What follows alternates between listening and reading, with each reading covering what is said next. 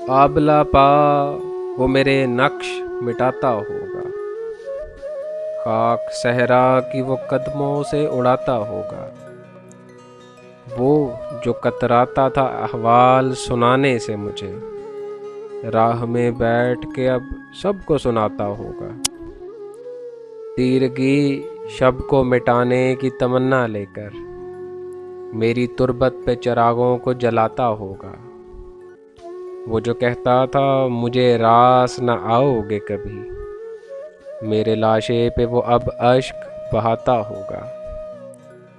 इश्क दरबार में वो सर को झुकाए जोगी, धज्जियाँ मेरे गरेबां की दिखाता होगा।